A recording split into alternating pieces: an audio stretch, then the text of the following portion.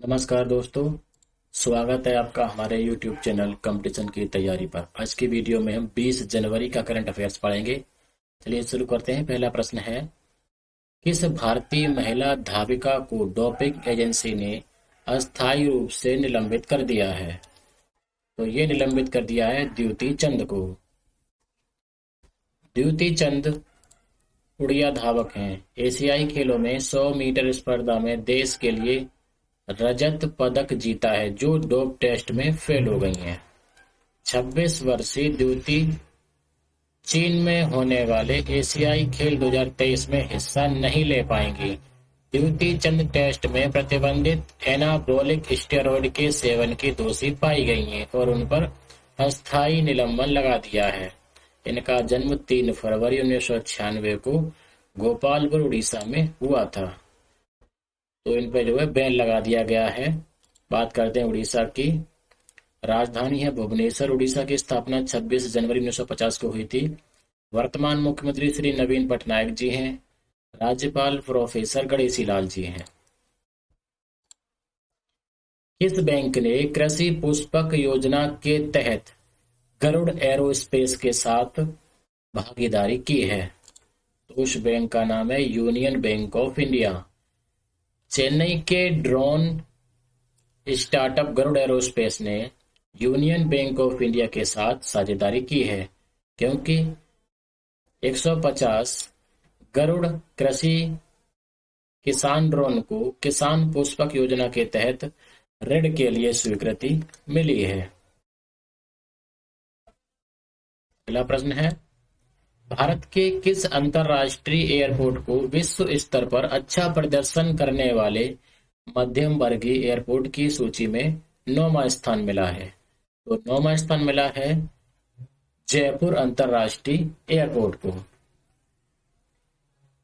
Avian analytics company cerium ने राजस्थान के जयपुर अंतर्राष्ट्रीय एयरपोर्ट को विश्व स्तर पर 10 सबसे अच्छा प्रदर्शन करने वाले मध्यम वर्गीय एयरपोर्ट की सूची में शामिल किया है, जबकि मध्यम वर्गीय एयरपोर्ट की लिस्ट में कोच्चि एयरपोर्ट को 18वां स्थान मिला है। बात करते हैं राजस्थान की। राजधानी है जयपुर। मुख्यमंत्री अशोक गहलोत, राज्यपाल श्री कलराज मिश्र। किस राज्य में 90 से अधिक वर्षों के बाद बतख की एक दुर्लभ प्रजाति देखी गई है? तो कहाँ देखी गई है? मणिपुर में देखी गई है। मणिपुर की लोकटक झील में 90 से अधिक वर्षों के बाद बतख की एक दुर्लभ प्रजाति देखी गई है। ग्रेटर स्कूप को स्थानीय रूप से सदागमन के नाम से भी जाना जाता है। इसका नाम क्या है? Greater scoop. इसका स्थानीय नाम क्या है? सदागमन। सदागमन। लोकटक झील जो है वो मणिपुर में मीठे पानी की झील है। यह अपने ऊपर तैरने वाली फुमड़ी के लिए प्रसिद्ध है। इसे फ्लोटिंग झील के नाम से भी जाना जाता है। बात करते हैं मणिपुर की। राजधानी इम्फाल। मुख्यमंत्री एन बीरेन सिंह, राज्यपाल एल गणेशन। किस शहर में देश के पहले रेफरी उत्कृष्टता केंद्र, तो शॉर्ट में कहते हैं कोर, इसकी स्थापना के लिए एक समझौता ज्ञापन पर हस्ताक्षर किए गए हैं? तो इसका आंसर है ग्वालियर। ग्वालियर जो कहाँ? मध्य प्रदेश में। तो मध्य प्रदेश के ग्वालियर में लक्ष्मीबाई राष्ट्रीय शारीरिक शिक्षा संस्थान ने देश के पहले रेफरी उत्कृष्टता केंद्र की स्थापना के लिए एक समझौता जो है किया है। बात करते हैं मध्य प्रदेश की। राजधानी है भोपाल। मुख्यमंत्री शिवराज सिंह चौहान, राज्यपाल मंगूभाई पटेल। भारत का पहला रसद जलमार्ग और संचार स्कूल कहाँ लॉन्च किया गया है? तो ये लॉन्च किया गया है त्रिपुरा में। त्रिपुरा की राजधानी अगरतला। मुख्यमंत्री मणिक साहा, राज्यपाल Satyadev Narayan Arya. National startup award 2022 किसने जीता? तो ये जीता है केबीसी ओल्स साइंसेज ने, हाइजीनिटी सॉल्यूशंस ने, इंडिजेनस एनर्जी स्टोरेज टेक्नोलॉजी ने, इन्फिनिटा बायोटेक। इसके अलावा भी और भी पुरस्कार जीते हैं।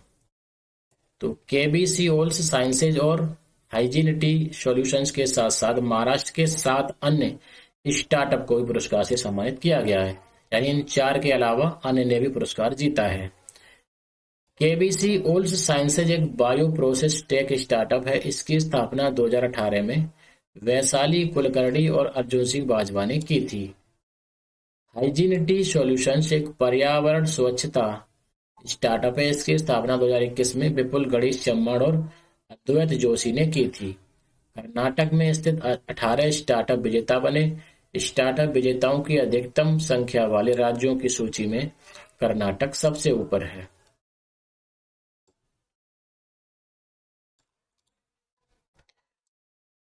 तो इसके अलावा भी अन्य स्टार्टअप को भी पुरस्कार मिला है। वनडे में दोहरा शतक लगाने वाले सबसे कम उम्र के खिलाड़ी कौन बने हैं? तो उनका नाम है शुभ शुभमन गिल। 8 जनवरी को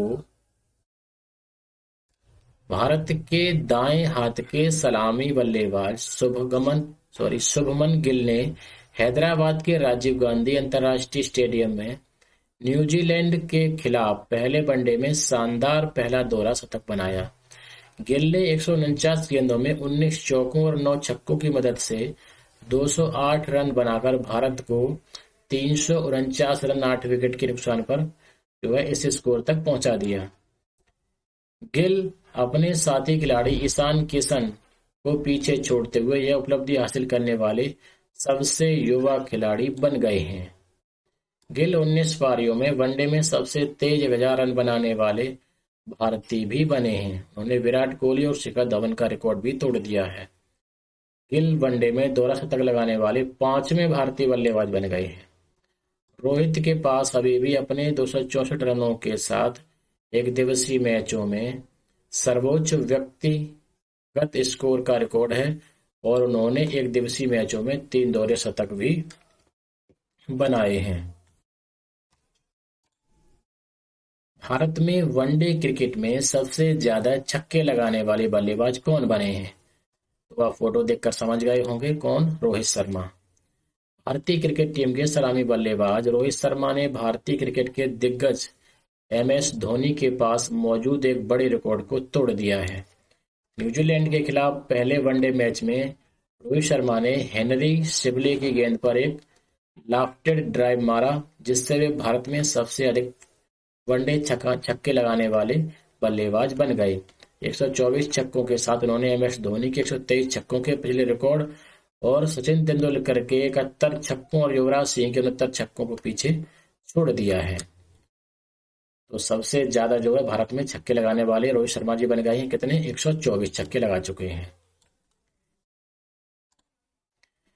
किस लेखक को फेडरल बैंक लिटरेरी अवार्ड 2022 से सम्मानित किया गया है? तो फेडरल बैंक लिटरेरी अवार्ड जो है मिला है के वेणु। जनवरी 2023 में प्रसिद्ध लेखक के वेणु को उनकी आत्मकथा ओरन वेसनथिनते कथा के लिए फेडरल बैंक लिटरेरी अवार्ड मिला है।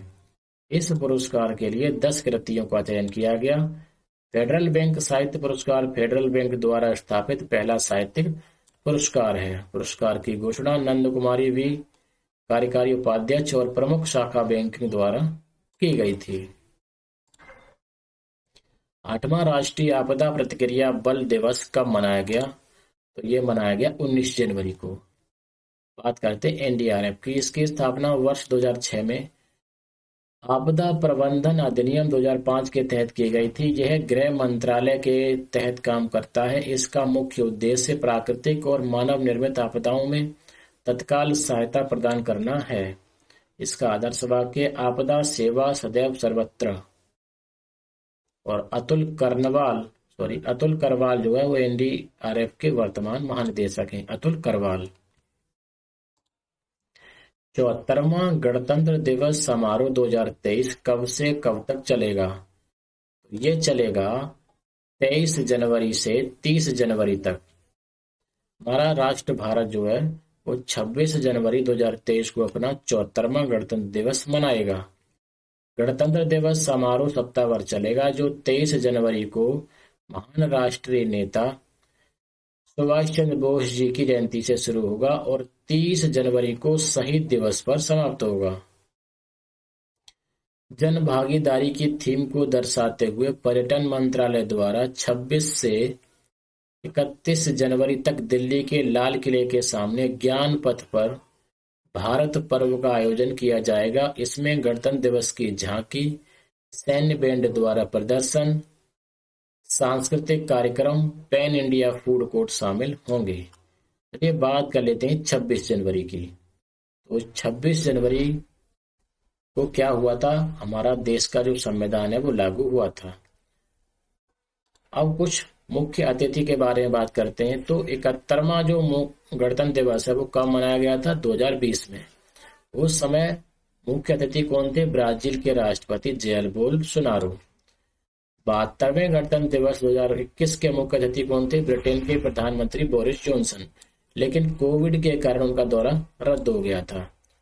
और 2022 में जो है वो कोविड का प्रकोप ज्यादा था, तो किसी भी मुख्य अतिथि को नहीं बुलाया गया। और 74वां गणतंत्र दिवस जो है वो 2023 में मनाया जाएगा 26 जनवरी को। तो मिस्र के राष्ट्रपति अब्दुल फतेह अल सीसी जो है वो मुख्य अतिथि के तौर पर शामिल होंगे। हाल ही में कलराज मिश्र ने पुस्तक एग्जाम वॉरियर्स का लोकार्पण किया है। इस पुस्तक के लेखक कौन है? तो इस पुस्तक के लेखक हैं हमारे देश के महामहिम प्रधानमंत्री श्रीमान नरेंद्र मोदी जी। प्रधानमंत्री नरेंद्र मोदी जी की पुस्तक एग्जाम वॉरियर्स के हिंदी और अंग्रेजी संस्करण का राजस्थान के राज्यपाल कलराज मिश्र ने हाल ही में लोकार्पण किया है। यूटीटी नेशनल रैंकिंग चैंपियनशिप में अंडर 15 बालक और बालिका का खिताब किसने अपने नाम किया है? तो ये खिताब जीता है पुनीत विश्वास और शुभंकृता दत्ता ने। पुनीत विश्वास और शुभंकृता दत्ता ने। राष्ट्रीय लोक दल की युवा इकाई का राष्ट्रीय अध्यक्ष किसे घोषित किया गया है? तो ये राष्ट्रीय अध्यक्ष बने हैं चंदन सिंह चौहान। चंदन सिंह चौहान को राष्ट्रीय लोकदल की युवा इकाई का राष्ट्रीय अध्यक्ष सहारनपुर मंडल की मीरापुर सीट से विधायक जो है उनको घोषित किया गया है।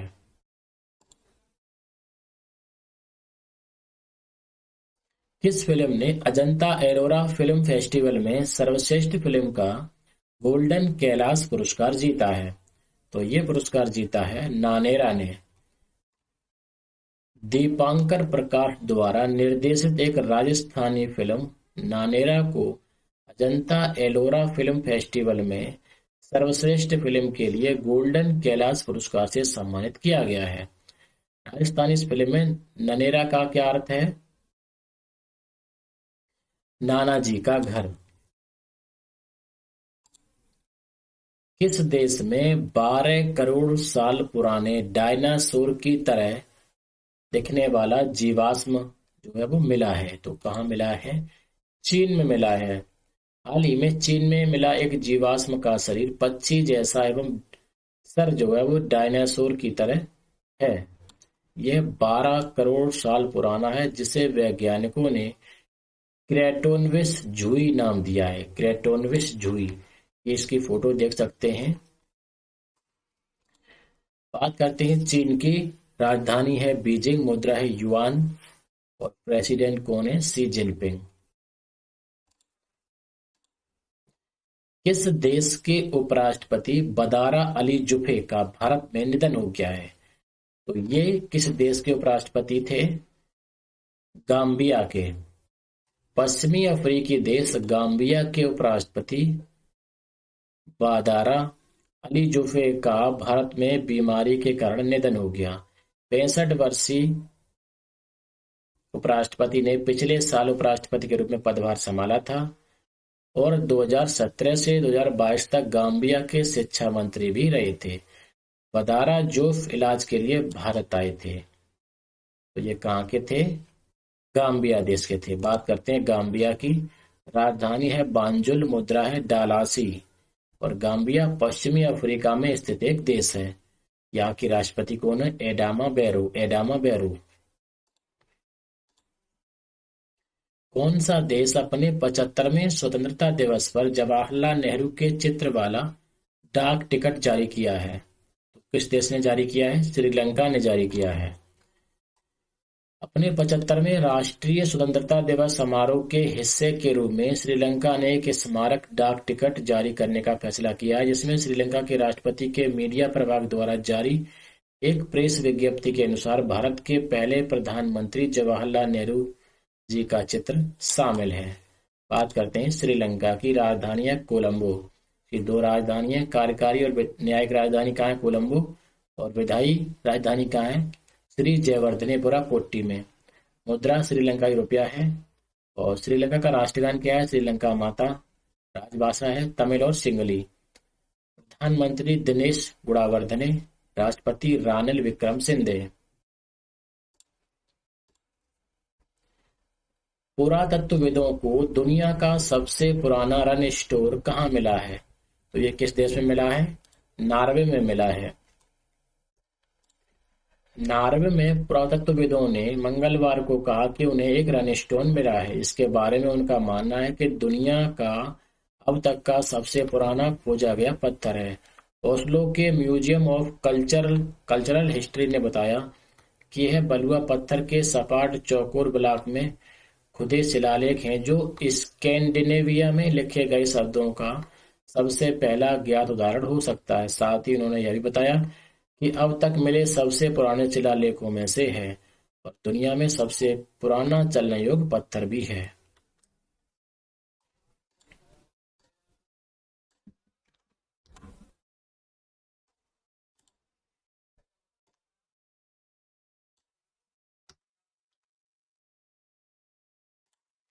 चलिए बात करते हैं नॉर्वे की।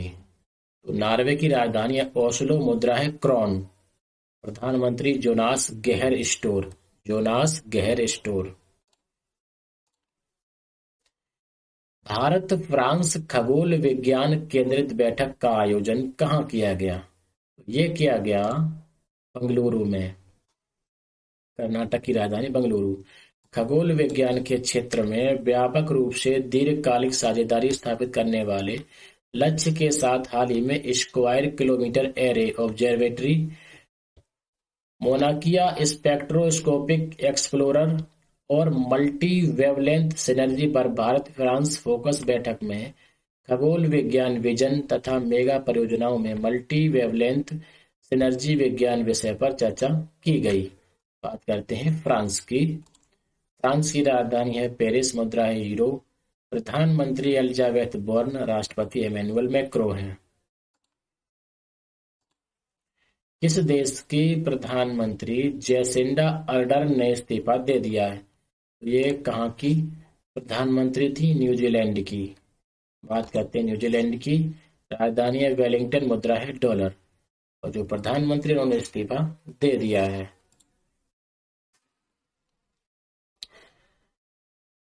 गुयेन जुआन फुक ने अपने पद से इस्तीफा दे दिया है। यह किस देश के राष्ट्रपति हैं? तो ये राष्ट्रपति जो है किस देश के थे? वियतनाम के, जिन्होंने पद से इस्तीफा दे दिया है।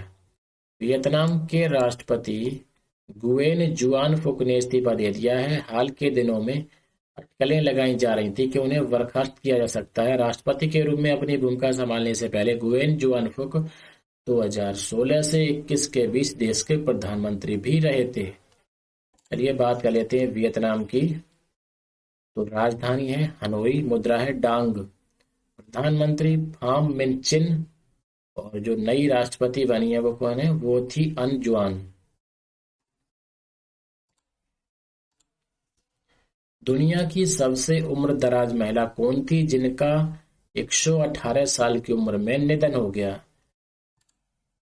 तो उनका नाम है नन ल्यूसिल रैंडन। None Lucille रैंडन।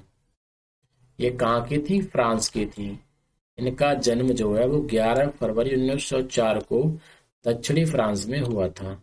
नेत्रहीन होने और व्हील चेयर पर निर्भर होने के बावजूद सिस्टर आंद्रे ने अन्य बुजुर्गों की देखभाल की। वर्ष 2022 में दुनिया के सबसे बुजुर्ग व्यक्ति जापान के केन तनाका का निधन हुआ। वह 119 वर्ष के थे। वो 119 के थे और ये 118 साल की। इनका हाल ही में निधन हुआ है। तो दोस्तों ये थे आज के करंट अफेयर के 24 महत्वपूर्ण प्रश्न। तो आज के वीडियो में इतना ही। जय हिंद, जय भारत।